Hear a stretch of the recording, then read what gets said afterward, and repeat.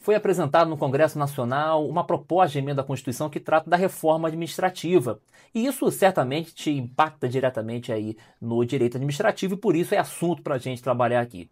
Essa proposta, você concorde ou não, e se vai ser aprovado ou não pelo Congresso Nacional, isso a gente vai ver e é uma outra discussão. Mas a gente precisa saber qual é o texto e qual é o teor dessa proposta. E aí eu preciso te adiantar que existem 4 eixos nessa proposta. O primeiro eixo trata da governança e gestão, o segundo da transformação digital, o terceiro eixo da profissionalização do serviço público e no quarto o combate a privilégio. Sobre esses eixos, vale a pena falar quanto ao primeiro e ao segundo, é que são instituídas novas normas, né? Normas sobre inclusão digital, sobre digitalização, que é trazendo a digitalização, a inclusão digital como um direito fundamental e também trazendo a digitalização como um princípio da administração pública previsto no artigo 37, caput da nossa Constituição Federal. Veja bem, são instituídos planos também para esse governo, para os governantes, aqueles chefes do Poder Executivo, para tentar vincular com o plano de atuação, junto com o plano plurianual, o PPA, como uma forma de entender metas e entender resultados de sua gestão.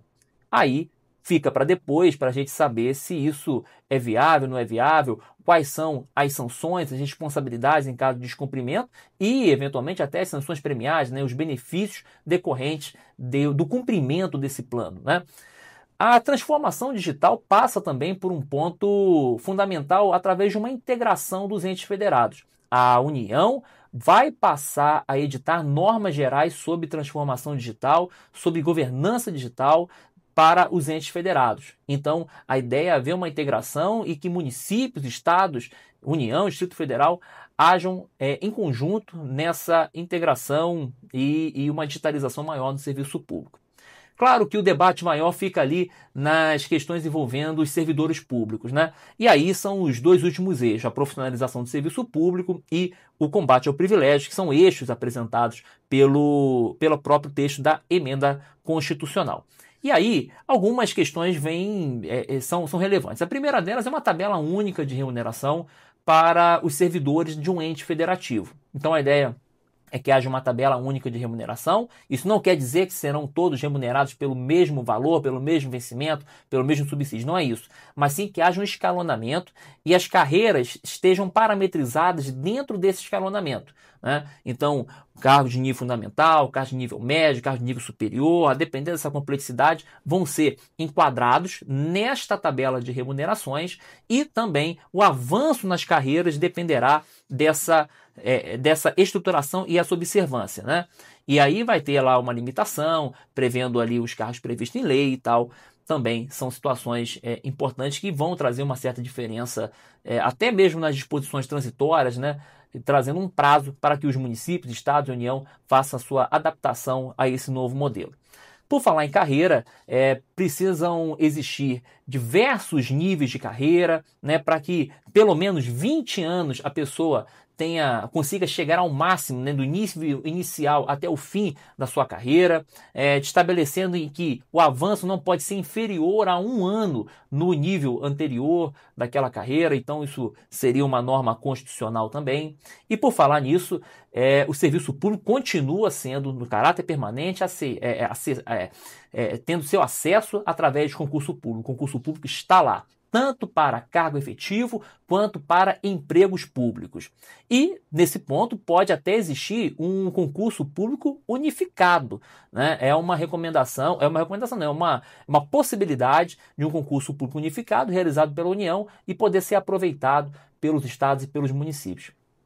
Vale lembrar aqui o seguinte, a ideia também é que se criem carreiras, vamos dizer, genéricas, carreiras coringas, não só tão especializadas, mas que possam ter atuações em diversos órgãos, diversas entidades, né, por terem aí competências, atribuições comuns e possam ter essa política aí de gestão de recursos humanos.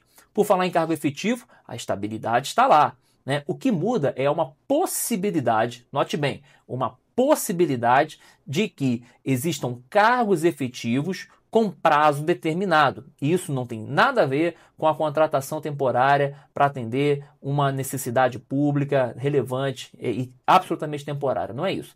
A ideia, pelo menos, a que foi colocado no texto, concordemos ou não, mas é o que está lá, é que podem ter servidores públicos efetivos que vão ter estabilidade durante esse período, mas tem prazo determinado de até 10 anos. E o objetivo disso é para serviços e atividades que são transitórias e, portanto, que não fariam sentido a permanência desse servidor a longos períodos, porque a atividade que ensejou a sua admissão de serviço público seria, por si só, transitória. Note bem, isto não quer dizer que deixou de existir ou deixaria de existir o prazo indeterminado, né? Na verdade, ele vai existir em um percentual específico, né? Tem uma regra para tanto, mas circunscrita a este percentual e a estas finalidades.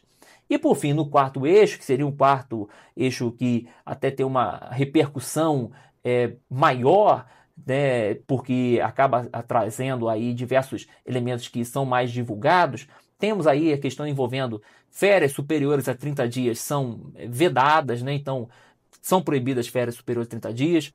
As promoções e progressões e quaisquer vantagens dos servidores públicos não podem mais estar atreladas exclusivamente ao tempo de serviço. Então, adicionais de tempo de serviço como quinquênio, anuênio, triênio não poderão mais existir, assim como a licença-prêmio fica vedada também, com a ressalva de uma licença para capacitação, que seria uma ressalva ali no texto dessa proposta, né? Também seria vedada a conversão dessas férias, a conversão dessas licenças em pecúnia, de modo que são situações bem específicas, tanto quanto aquelas situações envolvendo cargos vitalícios que tenham ali a aposentadoria compulsória como punição. Essa aposentadoria compulsória também estaria proibida por lei, ensejando, portanto, a perda da função pública, a demissão desse agente público que, devidamente processado, observado devido ao processo legal, tenha descumprido o seu dever funcional.